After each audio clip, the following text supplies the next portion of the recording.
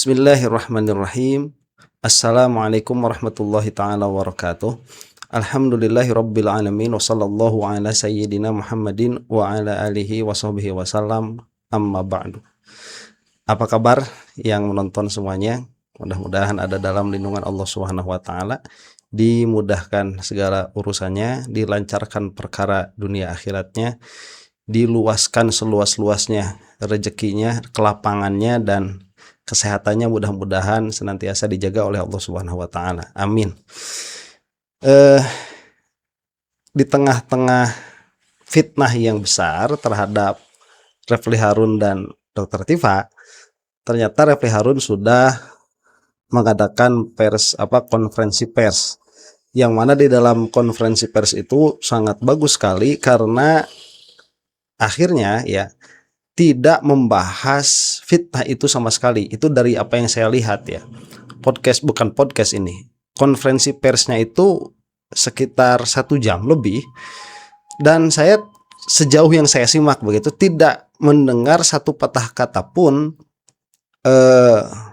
klarifikasi terhadap apa yang dituduhkan oleh para termul. Itu tuduhan keji itu. Dan itu bagus ya. Sudah seperti itu saja. Jadi nanti para termul itu akan mendesak. Oh, ini tidak ada klarifikasi dari dari Refli Harun, tidak ada klarifikasi dari Dr. Tifa. Saya katakan bagus ya. Sudah biarkan saja. Kita mudah-mudahan begitu ya. Beliau itu memakai pepatah orang tua kita dahulu, biarkan termul menggonggong. Ya, kafilah tetap berlalu saja. Ya, jadi biarkan saja. Termul menggonggong itu biarkan saja. Dari awal kesalahan Jokowi itu, kalau dia memang merasa ijazahnya asli, seharusnya dia itu cuma 2 saja sikapnya itu.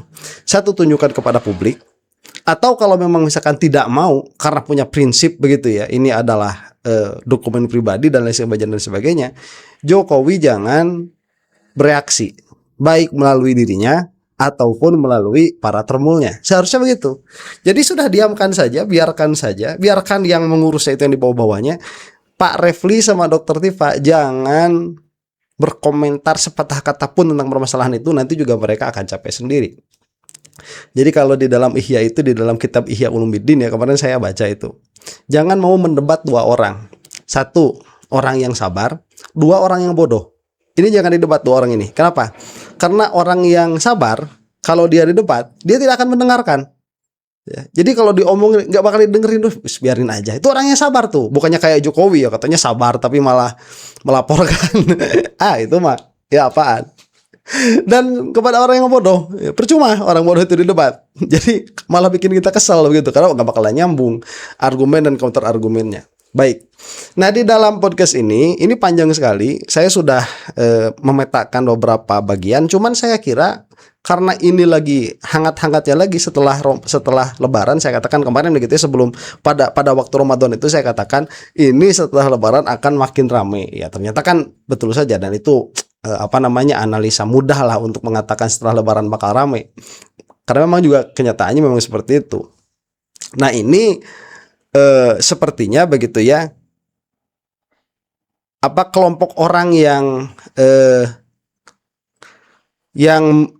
katakanlah menggugat ijazahnya Jokowi ini, itu sudah tidak malu-malu lagi untuk keluar begitu ya, karena memang tidak ada yang perlu dipermalukan. Namun ini adalah hak warga negara untuk mempertanyakan pertanggungjawaban pemimpin atas apa yang dipimpinnya begitu. Ini adalah sesuatu yang wajar. Kata mereka, ini ada bohirnya. So what? Kalau ada bohirnya memang kenapa? Ya sekalian aja, emangnya mereka doang yang punya kekuatan politik begitu. Dan sekarang saya lihat ini sudah mulai tidak ada malu-malu lagi begitu. Sudah tidak malu-malu lagi dan tidak perlu malu, saya katakan begitu. Dari dulu udah keluarin aja, PDIP masuk, Demokrat masuk sekalian, PKS masuk sekalian begitu ya. Hancurkan saja nih kekuatannya Jokowi ini. Apa sih Jokowi itu sebetulnya begitu. Kalau Jokowi itu tidak terlalu banyak mengetahui kesalahan-kesalahan kompetitornya. Nah, ini masalahnya Jokowi itu politiknya memang politik seperti itulah, politik saling sandra. Sehingga saya katakan beberapa kali ya, sekarang ini kubu Jokowi itu sudah menjadi kubunya orang-orang yang banyak kesalahan publiknya. Saya katakan begitu. Oke, kita saksikan saja sekarang ini apa yang dikatakan oleh Pak Refli Harun. Ini ada beberapa sesi. Sesi yang pertama sebelum ini itu menjelaskan bahwa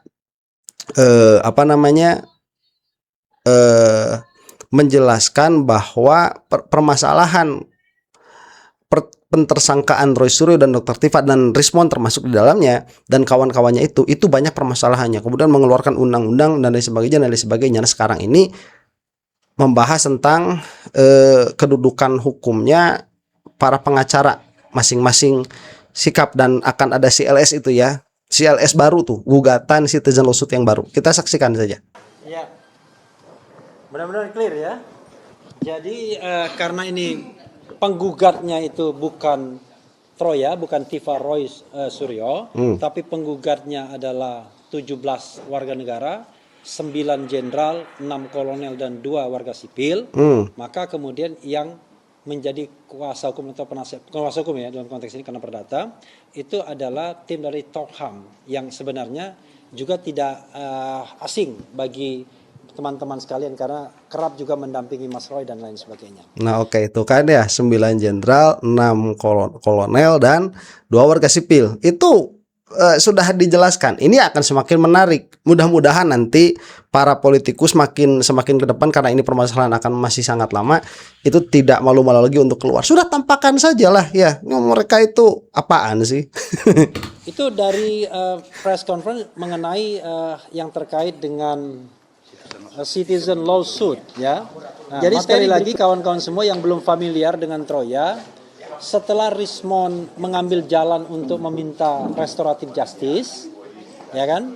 Kemudian kita mengundurkan diri sebagai penasihat hukum Rismon Sianipar, dan rupanya Rismon juga mencabut kuasanya. Maka kemudian kita bergabung dalam tim yang baru namanya Troya. Troya itu Tifa, Royce pakai apostrof S gitu, advocate, yang dibentuk oleh 2 prinsipal yang tersisa, yaitu Mas Roy dan Dr. Tifa. Jadi itu harus paham ya. Nah, Troya itu yang hadir di sini ada saya dan Ramdan Shah, kemudian ada Mas Wirawan Adnan sebagai koordinator litigasi. Pak Yasena tergabung juga ya, bisa menjadi jembatan ke Mas Roy. Kemudian ada Abdullah Al-Katiri yang juga koordinator TPDT. Jadi gini, biar jangan bingung, masing-masing prinsipal ini ada tim pribadi masing-masing. Kalau Mas Roy di-assist oleh selain Taka juga ada Tokham, kemudian Dr. Tifa ada yang namanya tim pembela Dr. Tifa. Tetapi ketika mereka bergabung 2 di sini, maka yang muncul adalah Troya, gitu ya. Dulu Bala RRT, tapi karena 1 R-nya sudah quit, maka tinggal Troya ya, Tifa, Royce, Advocate. Ya namanya kalau RT nggak enak ya, kalau para termu bilangnya roti itu, Roy Tifa.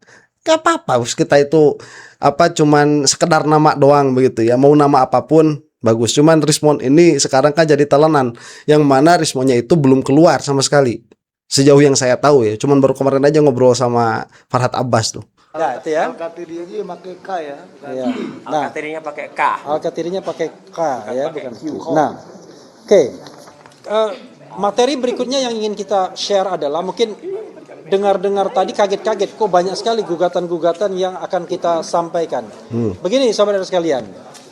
Dalam permainan ijazah palsu ini, kita ingin menggeser permainan ini kepada substansinya. Bagus. Substansinya itu adalah apakah ijazah mantan presiden itu asli atau palsu. This is the question. Bukan apakah Mas Roy melakukan ujaran kebencian, pencemaran nama baik atau fitnah. Betul. Harusnya kalau pakai urutan yang baik, itu diselesaikan dulu pembuktian ijazah palsunya dalam kasus perdata citizen lawsuit di Solo atau Surakarta. Atau Bareskrim tidak cepat-cepat menghentikan penyelidikan pada tanggal 22 Mei 2025 yang lalu. Harusnya mereka menyelesaikan dulu secara solid berdasarkan putusan pengadilan bahwa ijazah itu palsu atau asli. Tapi yang kita lihat sekarang adalah alih-alih membuktikan ijazah itu palsu atau asli, yang terjadi adalah Mas Roy ditersangkakan karena dianggap melakukan fitnah, ujaran kebencian atau pencemaran nama baik. Dr. Tifa juga begitu, Rismond juga sebelumnya begitu. Kita tidak tahu apakah nanti RJ-nya akan diterima atau tidak. Kemudian di klaster 1 ada Rustam Effendi, Rizal Fadila dan Kurnia Tri Royani. Nah, bentar ya, ini permasalahan Rismond ini RJ-nya itu masih debatable, di antara para termul pun masih debatable. Cuman tadi saya melihat ada siapa Ade Darmawan keluar dari Polda Metro ya, berbicara tentang buku yang ditarik. Nanti akan kita bahas itu ya. Jadi sampai video ini dibuat masih belum jelas tuh posisi restoratif justice Rismond. Rismond itu sekarang cuman menjadi talenan aja. Semua hoax yang disebarkan kepada Roy Suryo, hoax yang disebarkan kepada Refli Harun dan Dr. Tifa, itu akan dikatakan semuanya bersumber dari Rismond. Emang kita percaya begitu ya, orang mencela-mencela ngomongnya kayak gitu? Udah nggak bakal dipercaya. Kita ini orang yang punya daya analisa. Kita lanjutkan dulu. Dan hari-hari terakhir ini mainnya main pinggiran lagi. Wah, gosip-gosip, isu-isu dan lain sebagainya. Karena itu kita tidak mau melayani hoax seperti itu. Betul. Kita kembalikan pada rel sesungguhnya dengan meletakkan masalah pada sesungguhnya apakah ijazah Jokowi itu asli atau palsu. Baik. Karena sepertinya pihak sana sengaja untuk membeceki arena ini pada hal-hal yang tidak substantif. Kami kembalikan pada hal yang substantif. Nah, betul. Baik. Ya, ini juga saran untuk Pak Roy Suryo. Kalau mau ini masuk di dalam perkara yang memang substansi permasalahannya, jangan terlalu banyak melakukan gimmick-gimmick seperti kaos, kemudian wayang begitu ya. Sudah, itu hilangkan. Kita fokus sekarang kepada permasalahan substansinya, begitu. Ini sudah terlalu ramai hiruk pikuk sekarang, dan orang-orang itu sudah seperti para jenderal yang disebutkan tadi, itu sudah tidak malu-malu lagi untuk keluar menyatakan dirinya. Oke lah kalau begitu, kita all out begitu. Sudah, ini fokuskan saja terhadap substansi permasalahannya. Karena kalau memang misalkan kita berbicara terhadap substansi permasalahan, karena substansinya sekarang ini sudah banyak sebetulnya, bukan hanya tentang masalah ijazahnya Jokowi saja, tetapi keculasan Jokowi dan para termul di dalam mengkriminalisasi Roy Suryo dan kawan-kawan. Itu juga sudah menjadi substansi permasalahan. Tanpa gimmick-gimmick yang ada pun, ini akan sangat menarik dan membutuhkan waktu yang panjang untuk membicarakannya. Begitu. Substansi yang sudah kami bahas adalah ya, banyak agenda. Kami sudah pernah meminta 709 daftar barang bukti atau dokumen yang katanya disita oleh Polda Metro Jaya, dan itulah yang menjadi dasar untuk menersangkakan Mas Roy dan Dr. Tifa. Saya menyebut 2 saja karena mandatnya cuma 2 ya. Kami minta daftarnya ke PPID Polda Metro. Karena itu dalam kesempatan ini saya ingin meminta Saudara Al-Katiri untuk menyampaikan ini, dan kemungkinan kalau tidak diperkenankan menggugat mereka ke pengadilan Komisi Informasi Pusat, dan success story-nya banyak termasuk dari Bonato Asilalai. Silakan. Baik, sebentar ya. Ini saya kira, bukan saya. Ya saya kira, jamin lah ya. Saya jamin lah. Ini kepolisian tidak mau memberikan yang 700 daftar itu. Karena kepolisian ini, Polda Metro ini beberapa kali dipinta untuk keseimbangan informasi mengenai bukti antara bukan penggugat kalau di sini pelapor ya, antara pelapor dan yang terlapor itu tidak pernah memberikan. Seperti kemarin kan dipinta salinan ijazahnya Jokowi yang dipegang oleh kepolisian tuh, bukan dalam kemarin itu namanya, bukan dalam gelar perkara khusus, bukan, tapi sebelum itu tidak diberikan. Nah sekarang ini kita sudah punya jalan kan. Makanya saya kemarin mengatakan Pak Bonatua ini memang agak sinis terhadap Roy Suryo. Saya tidak tahu mengapa, kenapa ada di belakangnya. Cuman kan apa yang dilakukan oleh Pak Bonatua ini sudah amat sangat bagus sekali begitu, pendidikan untuk kita semua. Nah ini kan ada celah nih kalau sekarang kepolisian itu tidak mau memberikan daftar bukti yang mereka inventarisir. Cuman saya kira ya, saya jaminlah dulu begitu ya. Aduh kalau salah ini saya malu nih. Saya jamin kepolisian itu gak bakalan mau ngasih daftar list 700 barang bukti itu. Pak Al-Katiri.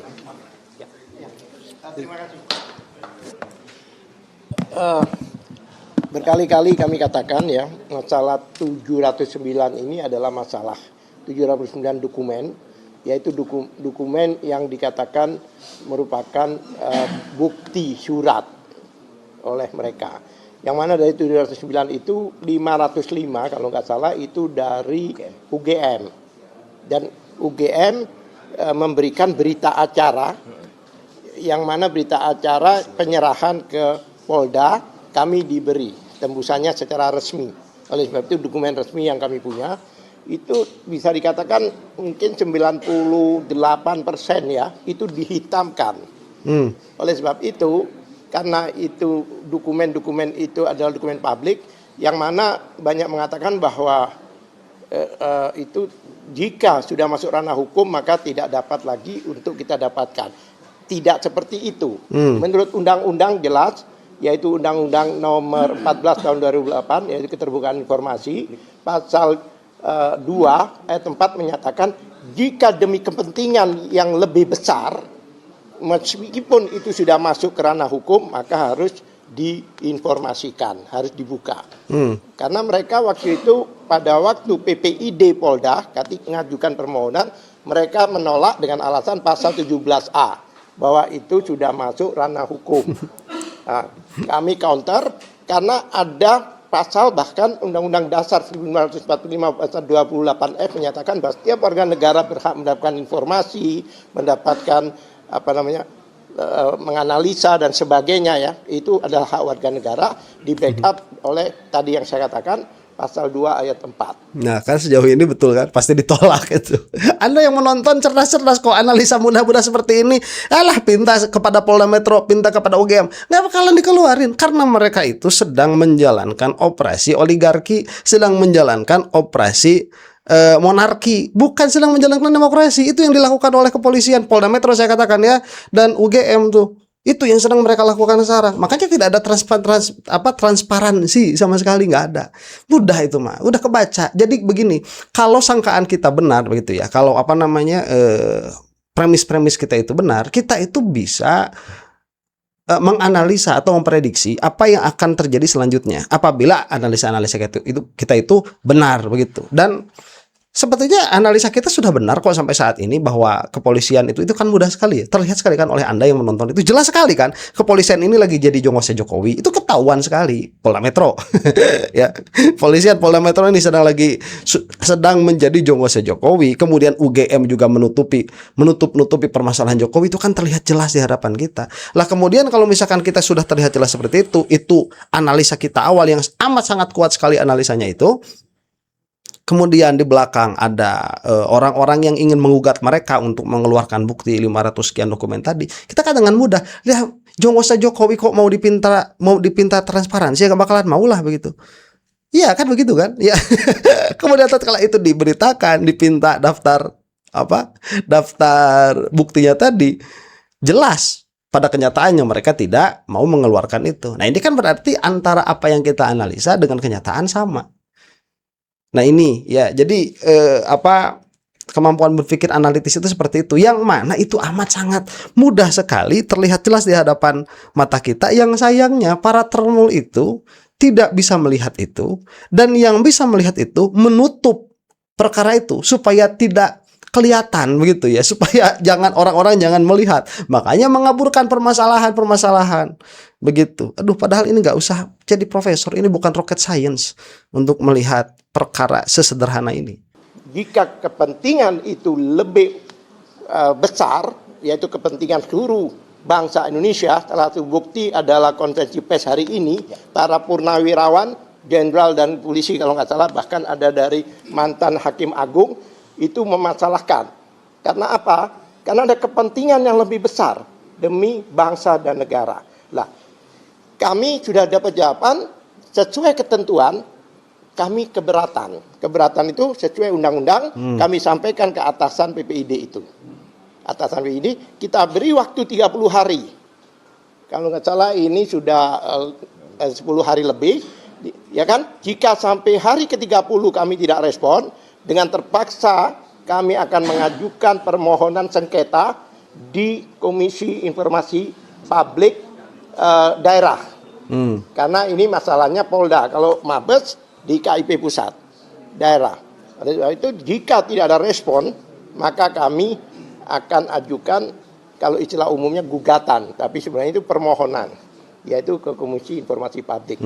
Jadi wait and see, kita masih menunggu. Itu mungkin Bang Refli. Ya itu ya, tadi ini saya kalau salah bakal malu ya. Saya jamin nggak bakalan dikasih sama Polda sama Polda Metro itu, dan kalaupun dikasih tadi bakal banyak yang ditutupinya. Tetap saja ini harus diajukan ke ke KIP ya.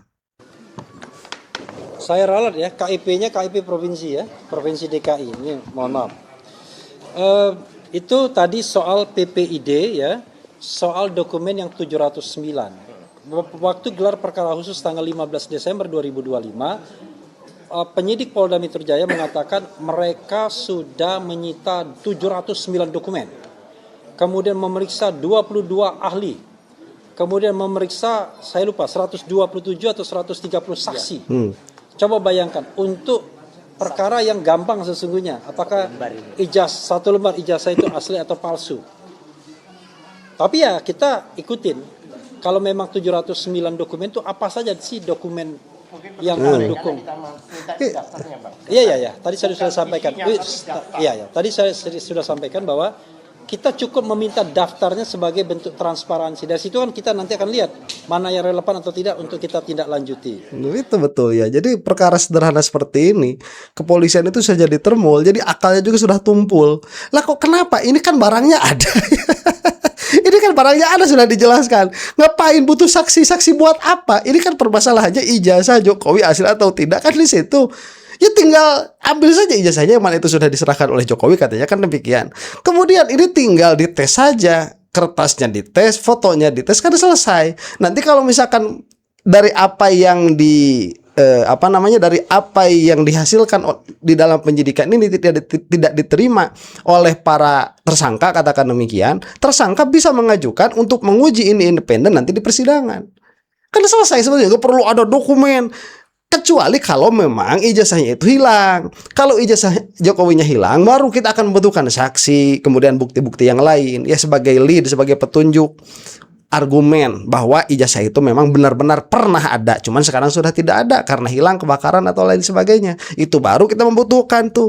Kalau ada dari Jokowi kan, ini yang dipermasalahkan ini, coba silakan dites, nanti dites kan sama Lab 4 tuh, yang mana katanya sudah dilakukan. Kemudian nanti keluar kesimpulan bahwa ini asli.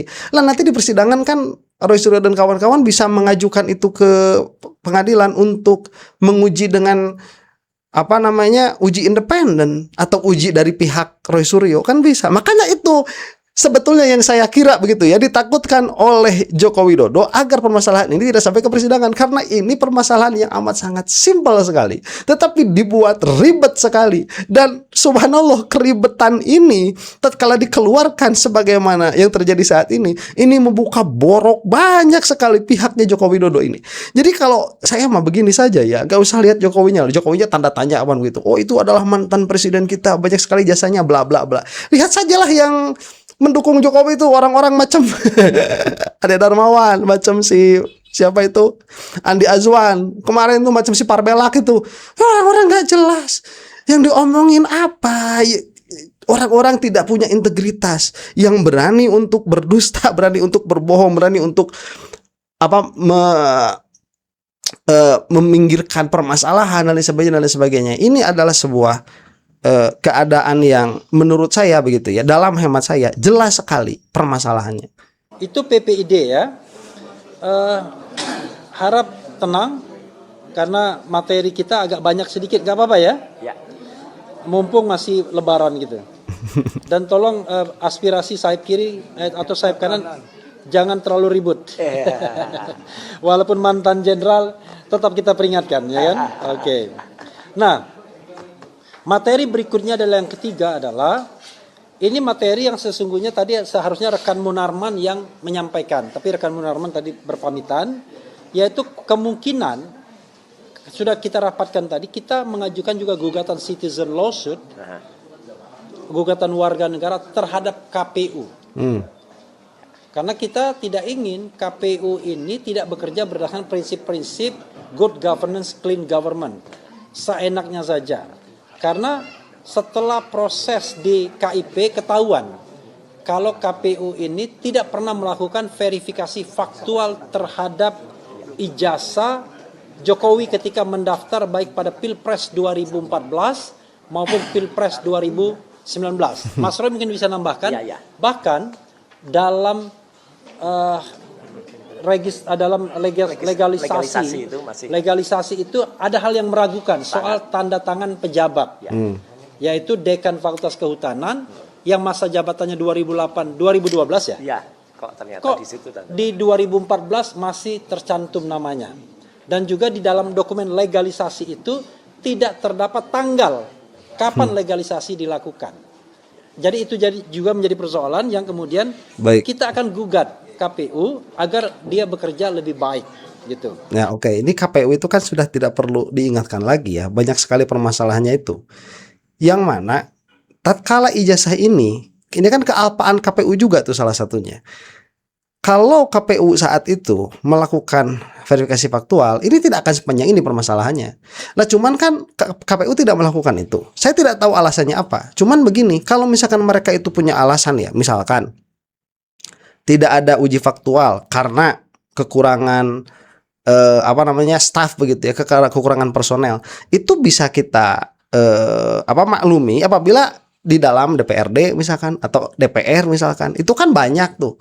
Dan itu pun tidak menjadikan itu ditinggalkan sepenuhnya, tapi bisa diambil sampel lah beberapa untuk uji faktual. Nah, tetapi di dalam pemilu yang pilkada begitu ya, dalam hal wali kota, kemudian gubernur atau presiden, itu kan nggak banyak orang-orangnya itu yang menjadi calonnya. Jadi tidak ada alasan bagi KPU untuk tidak melakukan uji verifikasi faktual. Ini tidak ada kewajiban undang-undangnya. Betul, tidak ada kewajiban undang-undangnya. Tapi ini adalah sebuah kelalaian, bukan sebuah pelanggaran hukum. Kita tidak mengatakan itu. Kita mengatakan ini adalah sebuah kelalaian dari KPU karena KPU tidak mengantisipasi permasalahan-permasalahan yang mungkin terjadi kemudian. Jadi ini nggak becus begitu kita katakan ya. Dan hal yang sama juga dilakukan oleh Kemendikdasmen juga Kemendikbud Dasmen kalau tidak salah kemarin namanya itu ya. Itu susah sekali ngomonginnya. Tentang permasalahan ijazahnya Gibran itu kan sama juga, tidak ada uji verifikasi. Nah, kalau kita melihat ini ada kesamaan sikap antara KPU dan Kemendikbud lah katakan demikian biar cepat. Ini ada kesamaan sikap mengenai ijazah Jokowi dan mengenai ijazah anaknya, ini ada permasalahan. Atau setidaknya publik memiliki kecurigaan. Memang banyak hal yang kita akan lakukan ya. Nah, itu hal berikutnya. Lalu poin berikutnya yang juga saya sampaikan, sebenarnya Munarman yang harus menyampaikan, adalah bahwa nanti kita berencana juga melakukan gugatan PMH, perbuatan melawan hukum, terhadap mantan Presiden Jokowi. Dalam rangka apa? Dalam rangka transparansi. Yes. Setelah adanya putusan KIP, Komisi Informasi Pusat atau DKI ini? Pusat ya? Pusat. Itu mengatakan bahwa dokumen ijazah itu informasinya itu adalah publik. Dan sebelumnya sebenarnya undang-undang KIP juga mengatakan itu publik. Sehingga ada kewajiban paling tidak untuk transparan berdasarkan azas-azas umum pemerintahan yang baik. Nah, kita selama ini tidak pernah melihat Pak Jokowi itu menggelar press conference untuk menunjukkan ijazah yang diklaimnya sebagai ijazah asli. Bahkan cenderung berlindung di balik proses hukum seolah-olah ijazahnya itu sudah disita oleh Polda Metro Jaya. Baik, sudah dulu nih. Ini menarik karena sejauh ini Jokowi belum pernah diperkarakan secara pidana, belum pernah. Nah, ini ada gugatan perbuatan melawan hukum. Ini baru perdana nih pertama kali berlandaskan putusan KIP yang diputuskan melalui permohonan Bonatua kemarin. Nah, ini akan sangat bagus sekali, akan sangat baik sekali, dan ini akan menjadi babak baru. Ini counter attack dari kubunya Refli Harun. Ini kan asik ya kalau kita berbicara di dalam inti permasalahannya, nggak berbicara kayak termulut. Ngomongin apa? Cuman permasalahan ini saya kira akan kita bahas dalam video yang lain ya. Demikian dulu, mudah-mudahan kita semua ada dalam maghfirah Allah Subhanahu wa taala. Wallahu taala a'lam bissawab. Assalamualaikum warahmatullahi taala wabarakatuh.